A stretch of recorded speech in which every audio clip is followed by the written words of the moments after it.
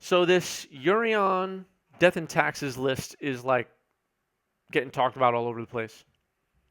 Um, New cards added. Okay, they're started. Great. Delver to start the game for Alan. New cards added to Death and Taxes in this particular list, right? You have Charming Prince, you have Skyclave Apparition, Yorion, and there are a few others. Containment Priest recently reprinted, but that's not new. Um, the Death and Taxes list has probably climbed a tier this year, and I'm excited to see way more Death and Taxes on our streams. Death and Taxes, a favorite of Legacy players, and now it's competitive again, which is great. Great for the format. All right, so Unflip Delver gets joined by a Dread Horde. No Vial or anything to start the game on turn one for Yorion, aka Jason. Plains. Phil Blechman will be calling in at some point to join me on commentary.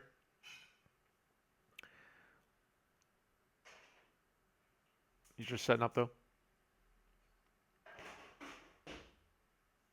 Delver.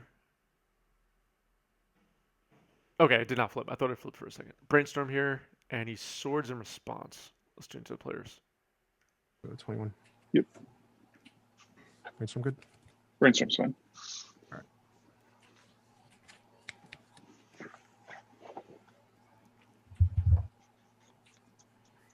Death and Texas got a few new cards. Yorion, Luminarch Aspirant, Skyclave Apparition. Delver There are trigger. a few others. Yep. I'll flip to a ponder. Ponder. I'll draw. Yep. Alan was saying before the round started that this looks like a good matchup for Death and Taxes. What does chat think? Come in for 3. Go to 16. 16. Varela says yup. Ponder. Yep. All right, here's that ponder.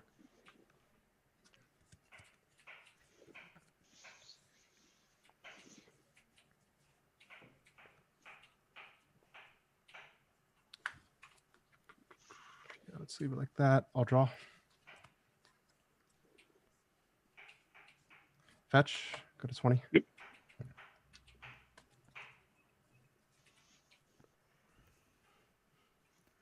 These 80 card Death and Taxes I'll play decks Delver. have quite the toolbox as well. They have a lot of one-ofs, Walking You have Ballista, 4 or Make the 3 in Cut, hand after that. I etc. got 3 in hand after that.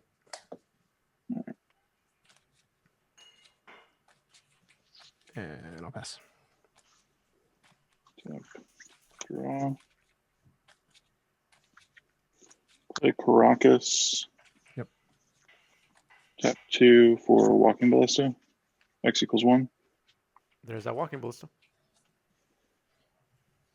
Cards. I have 5.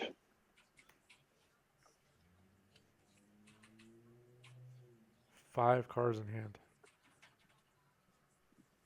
No creatures on the board yet, though, for Jason. That's good. Tap 1 and cast a Mom. 4 cards in hand. Just communicating with Phil quick. I'll daze, return volcanic. I'll shoot the Delver. Sure. And I'll pass with 4. Okay. Draw. Mhm. Coming for 3. Go to 13. 13. I'll replay the Volk and I'll pass. 3. Yep. Draw. Clock wasn't correct. Just fixing that. The planes.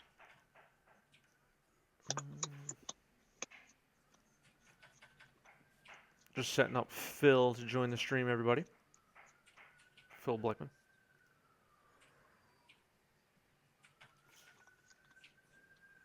Just give me a moment here. Tap 2. Cast Sphere Labyrinth. 3 in hand. Spirit of Labyrinth, 3/1. Can't draw, right? You can draw. Each player can't draw more than one card a turn. One card per turn. You'll be able to hear the calls. Everybody. Yeah, that's fine.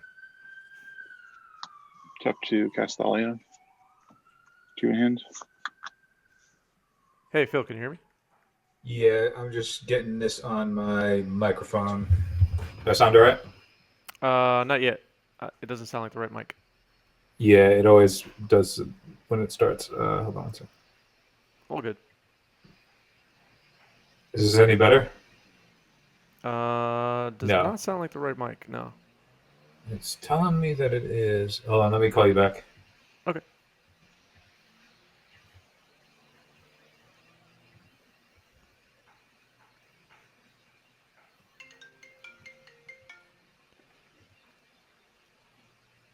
All right, let's try this again. What's up? Yo, how's this?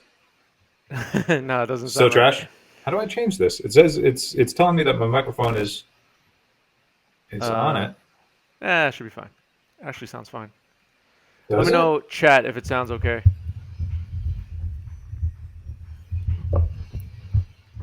I think it is your mic now. Is it on my mic now? I think so. It's showing me that that's where my levels are. Oh, I know hope what just- it is. I know what's wrong. Your OBS had audio on. Now talk. Oh, I need to silence my OBS. That would make a ton of sense, wouldn't it? Okay. Yes, it now you would. got it. Yeah. Yep. Okay. Yeah, I just need to silence my OBS. Cool. All right, sweet. Okay, that's what it was. That was my bad. All right. You have the players open, right? We're Yeah. pretty deep in this game one. We're pretty deep. I was fixing my mic when I saw Spirit of the Labyrinth come in, and now I can see that there's a Thalia backing it up. So if we're attacking Delver, that seems like we're in a good position for D&T, huh? Yeah, Thalia and what was the other creature? Oh, Spirit of the Lab. Yeah, it does look pretty good for D&T right now. I mean, Spirit of the Labyrinth is checking one subset of cards, and Thalia is checking a whole nother subset of cards. So, I was talking about with chat just a moment ago. Death and Taxes got a whole bunch of improvements just this past year, and prior to, let's say, 2018, was Death and Taxes great against Delver? I feel like Death and Taxes in Delver was always a really interesting matchup that was going to favor the player who knew the matchup better. For the most part, I think that the interesting thing about Delver, or I'm sorry, about Death and Taxes is just from how the deck is set up, it's always going to Delver's going to get new stuff like Oko and whatever other powerful efficient threats are printed that just fit in generic power level wise into a deck, whereas D&T is just always going to get nothing but upgrades to they're always just going to be printing white cards that do things on ETB, right? Yeah. So Probably. It's like the evolution of D&T is slow, steady, but there's always something to look forward to for the most part every set to see what's going to break through. They just happen to get vindicated on a stick. Skyclave Apparition makes the big difference.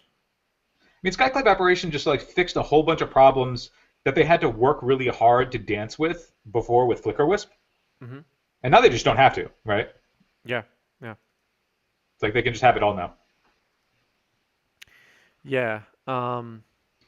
Curious if Jason attacks here or if he's playing defense with his Dread Horde now and possibility of a bolt. Yeah, now that he's at 7, I mean, a Recruiter will help him out. Yeah. And the companion, Yorion, increasing this deck up to 80 cards, giving it more toolbox options for recruiters and whatnot. Kind of an unexpected improvement to this deck over the last, I want to say 2 months or whatever, since Jason and is it XJ Cloud started messing around with Yorion and Death and Tax? Yeah, it's kind of fun that they just recognize that all of their cards are interested in pairing with Yorion anyway, and they're already playing 3 Karakas to leverage it a bunch. So it doesn't take work. You just have to add 20 cards to your deck. And I feel like there was always the dialogue about which cards are we supposed to cut? How do we manage a certain meta? I remember when Spirit of the Labyrinth was a 1 of or a 2 of as a tutor target. And now that they just have this extra space because, they it's like the deck itself doesn't need to do any one particular thing every game. You know, like what it wants to be doing is going to change based on a matchup. Yeah. Where like Delver's always going to be looking to get out front. Like it can play the control role, but ideally you want to just go Delver Days Wasteland you out of the game, right? Where D&T just ideally just wants to go Aether Vial turn 1, but otherwise it's kind of matchup dependent. So it seems to fit right in. And now you get to play just a bunch of hammers that are, it's like if you play a Spirit of the Labyrinth against any type of combo deck, it's just lights out, right? Yeah, for sure. And Lepark in chat right now is asking, what's the advantage to having Yorion just adding 20 cards and having a flyer at your disposal? I think Yorion, yes, and Cardboard replies pretty promptly, all about the flickering. Yorion allows you to blink all of these ETB trigger cards that we're talking about. And I've seen... and in combination with Caracas 2 and Vials on 5, you can do some really nasty stuff with Yorion in this deck. You're also a deck that's playing a ton of basics, and you're not looking to have the game end before turn, like late game anyway, where both players have developed for the most part, unless you're playing like some weird combo deck. So just getting to the point of the end game of having Caracas plus Yorion is just like playing a 4/5 flyer for the first off is just a very difficult threat to beat, right? When you can get to that stage of the game, and then being able to back it up with Caracas, and you can even get to the late game where you can just set up an Aether Vial and on 5 and just keep flicking your stuff. So the deck is already well suited to take advantage of every aspect of Yorion and to protect it and to like actually get up to cast it. So it's a cool innovation that didn't really take a lot of like the deck didn't really need to warp itself. It just needed to add 20 cards. Yeah. And in playing with Yorion a bit myself, not with that decks, just in other decks in other formats, I thought it was going to be an issue like, oh, I'm not drawing like the right cards because I'm running 80 cards. It just never really became an issue. Well, the deck still is all 4-ofs, right? Yeah. And the deck already didn't have Pound of Brainstorm and card filtering, right? So the deck was never reliant on singular threats the way that a lot of cantrippy blue soup decks are. Like the threat density, looking at if you look at 60 card D&T, the threat density is just way higher than your 12 threat Delver decks or your like 4 to 5 threats at most control decks. Yeah. Wait, how did Oh, Charming Prince. Okay, I was like, how did he gain life? Okay, never mind.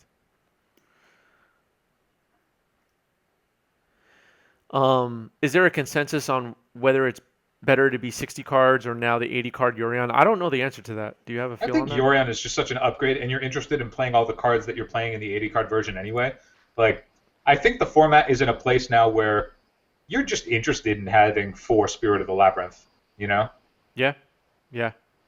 It's like at worst, it's just an aggressive beater, right? Like a 2-mana 3/1 is below curve, but it's still an aggressive threat against the decks that you're not punishing. That you're not punishing cantrips, but it's even good against like bad matchups. Like if you stick a Spirit of the Labyrinth against elves and just shut off their Elvish Visionaries and their Glimpse of Natures, like that's great. And you were already dead against that matchup anyway, but now you might just have a turn 2 hoser against their plan. Did you catch who just won the game, by the way? I didn't. I looked away for a moment, so I didn't see. Did something happen? My guess is that Alan took it, but Okay, let me ask them real quick. chat, help us out. Hey guys, who won that game? Oh, Jason did. Okay, it wasn't clear. Oh yeah. Oh yeah, Alright, I was cool. conceding to. I was at 4. Yeah. All right, cool. Like, I don't know what the rest of the deck would even look like, but my imagination goes to, are decks that start the game with Ritual Opposition Agent going to be a thing? Like, No, but I think people had, if they wanted that effect, you had Ritual into Ashiok this whole time. But it wasn't an instant though. Oh, you're saying that you just go end step dart? I mean, Yeah, or like a response to your first fetch of the game or something. yeah, it's possible. I mean, yeah. I mean, it feels cutesy. It's like I don't know. If you're doing opposition agent and you're really leaning into it, I want to do shit like scheming symmetry. What's that one again? It's Oh, you both the search, right? both people vampiric tutor. You know, Right. opposition agent and then scheming symmetry, and then I take your best card and get my best card. That's kind of sick, actually. I Yeah, like I that. mean, the thing is that like that means that you resolved a 3-drop. It didn't die to all of the removal that's played in the format, and then you also are playing. You know, it's like it sounds super awesome, and then you get Does that into work? Because you're searching, not they're searching. you're searching your deck and they're searching their deck, but you control them when they search. Right. Yeah. Yeah. Yeah. I guess that does work. Yeah. I guess you're right. The difference though is it's like okay, I have to resolve my 3-drop and have it not die to the deck that is playing force, bolt, daze, pressuring my life total. You know, it's like Yeah. as somebody who puts I have a lot of deck lists in just like on paper, and let me tell you, like when you actually are in practice against just like tried and true play patterns of Legacy, like they often won't hold up. You need things that just go like pay off immediately. Yeah. Yeah. That's fair. Um. Oh. A port. Okay. I wasn't sure what was happening there. Yeah, I mean the chat has it right. It's like you can go A plus B, but if your A plus B that your deck wants to do doesn't immediately end the game when there are A plus B things that you can do that do immediately end the game, you're probably playing a bad something else. Yeah. Side Norna has a good question too. Esper Vial versus DNT. Does DNT uh, today rank higher than Esper Vial on the depth chart? I would say so.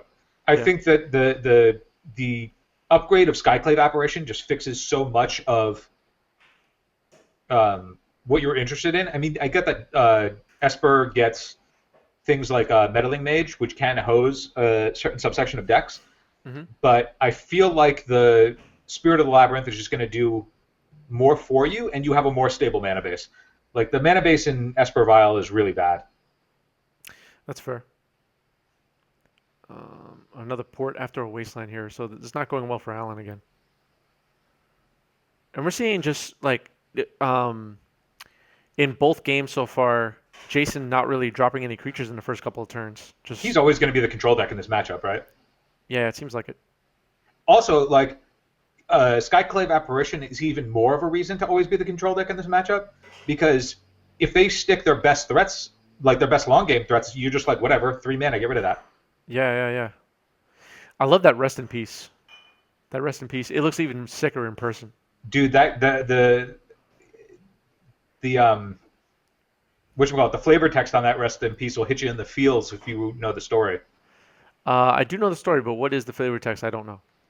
It's a quote. It says, "I will keep watch." Quote Gideon. Yeah. Actually, that and chat was talking about earlier the correct versions of stuff. The correct version, as in my favorite version of Rest in Peace, is the one with the dog now. I don't Oh own yeah, it, but it's pretty cool. dude. Do you remember when that was spoiled and everybody thought like, how dare you guys print a card that has a dead dog on it? And then everybody was like, Oh. no, he's just taking a nap because he's tired. Yeah, It's yeah, like, yeah. That's not what Rest in Peace is alluding to, homies. Yeah, yeah, yeah. He's not dead. He's sleeping. Exactly what we thought, right? Yeah. We see an Oko get slammed and then it's just apparitioned away and that's it. I mean, can't help but want Oko to die, so that's fine. Yeah, no, totally reasonable. But it's one of those things now where it's like against this deck that's just playing Skyclave Apparitions, if you know that you're playing against Delver and the best threat you can get with it is an Oko, you just don't have to cast it until it's going to catch it. And it's like even though it's giving Alan a 3/3, who gives a shit, right? About Yeah. like a 3/3 is just nothing by comparison to what Oko was doing. Yeah. By the way, that's a food, a 3/3 illusion, and now Sylvan Library for Alan. In case anybody is Yeah, the Not food is following. the one that doesn't have a die on it. yeah, yeah, yeah. We'll get Alan some food tokens for Christmas. Dude, do you Sanctum realize Perlet. like another Skyclave Apparition here to get rid of the Sylvan Library also would have been insane. Ooh, Spirit of the Labyrinth, pretty nasty here too. Do we know what the cavern's naming? Cavern. No, I could ask though. I mean, I imagine it's human, but Probably. You want me to ask? well, he didn't use it for because he didn't use the cavern for the. Oh, it's on spirit. Okay, cool. Oh, okay. It's on spirit. I guess that makes sense, right? Because Spirit of the Labyrinth and Skyclave Apparition, Oh, true. Yeah, you have a they bunch do of have a lot crossover. more spirits. Yeah. Um. Okay, Alan's swinging here. Oh, okay. Oh, I forgot it's a 3-3. I thought it was a 2-2 for a second. So look, see, so this Spirit of the Labyrinth is just checking this Sylvan Library, Yeah. and the Bolt and Chain are no longer removal spells.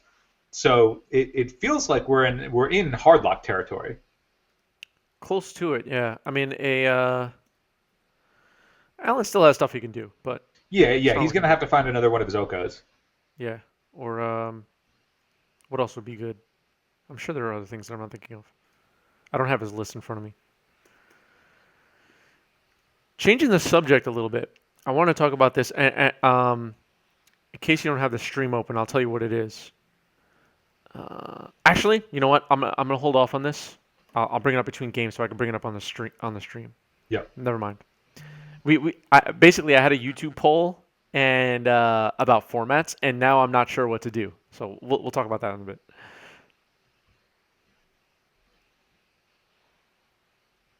What card was that? Oh, it's just a port. Okay, 2 ports. You're watching like it's been a while since I've done commentary with you, and looking at the stream again, realizing how far ahead of the game Leon has been this whole time, because Leon has really good hand accessories, which are really big game in. Yeah, yeah, He's just it's like rings and bracelets and stuff. He's just like leagues ahead of everybody else. yeah. That's so true. Shout out to Leon. Leon's hands are flexing on everybody. That's a funny point. Um. Oh shit. Is Cardboard Live working, everybody? Oh yeah, it is working. Okay.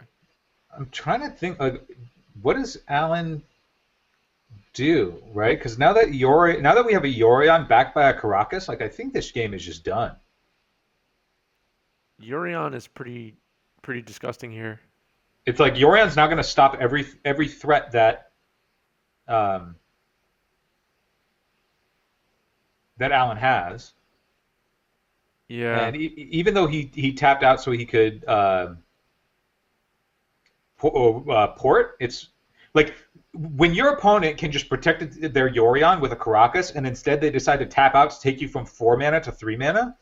I mean, that's just some disrespect, right? Like that game's over. Yeah. There's spam in chat. I'll fix that. They do not make it easy for me to moderate my chat.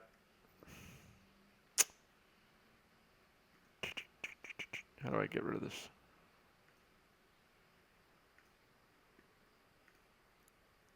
Okay, so I'm gonna try and think now that we have a Stoneforge Mystic coming in. Oh man, now like at any point, like another Yorion, like we can just start Yorioning again. It's pretty busto. Yeah. I was gonna say Yorion. Yorion, one of my favorite cards that came out this year. It's just such a weird card.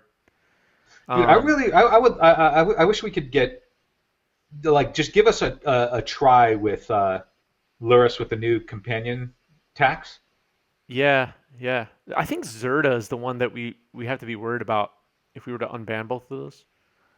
Yeah, no, I thought like Zerda's not going into any deck that's trying to do anything fair, where Luris has a bunch of space to play in. It's like before Luris was really good for a combo deck. With the mana tax, it's not just like you can go, all right, LED, Luris, LED. Yeah. Oh, okay. Alan's at 10. Okay. I don't think Alan's gonna win this game though.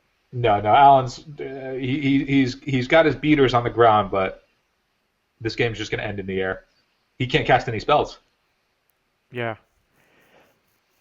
So what would be a weakness for this Yorion Death and Taxes deck? Like, what deck would just run this over? I mean, I imagine the deck is still going to have issues with any really fast combo deck. I mean, I think that's a question that we can ask Jason afterwards. Like, what's the deck that you never want to like run into, or the kind of decks that you never want to run into? Yeah.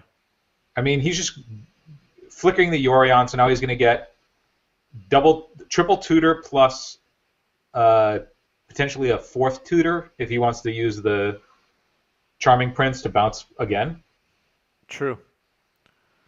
Charming Prince is a funny card. Dead to turn 1 or 2 show and tell. Show and tell was historically kind of good for Death and Taxes, no? Yeah, like I mean, dead to turn 1 show and tell is going to be every deck. But I mean, if you're on Omnitel, I think that's probably a worse matchup than Sneak and Show. But Yeah. I also don't know. Let me look at Jason's list. Is he still on? I guess they have 80 cards, so they can just fit it in. But are they on any number of Pithing Needle guy? No, they're not. Revoker now. No revokers. Not interested.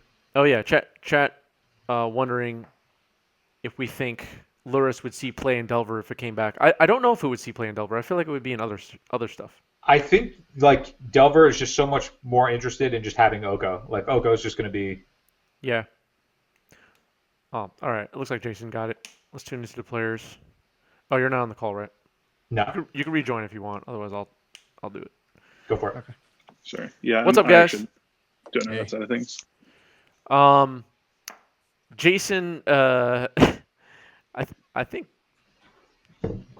Jesse was saying this in chat. I'm not sure. Oh no, it was Phil Nguyen. Phil Nguyen was saying in chat that you were saying that with this deck you're like bring on all the Delvers. You're just eating Delvers. Yep. Yeah, it's pretty accurate. Is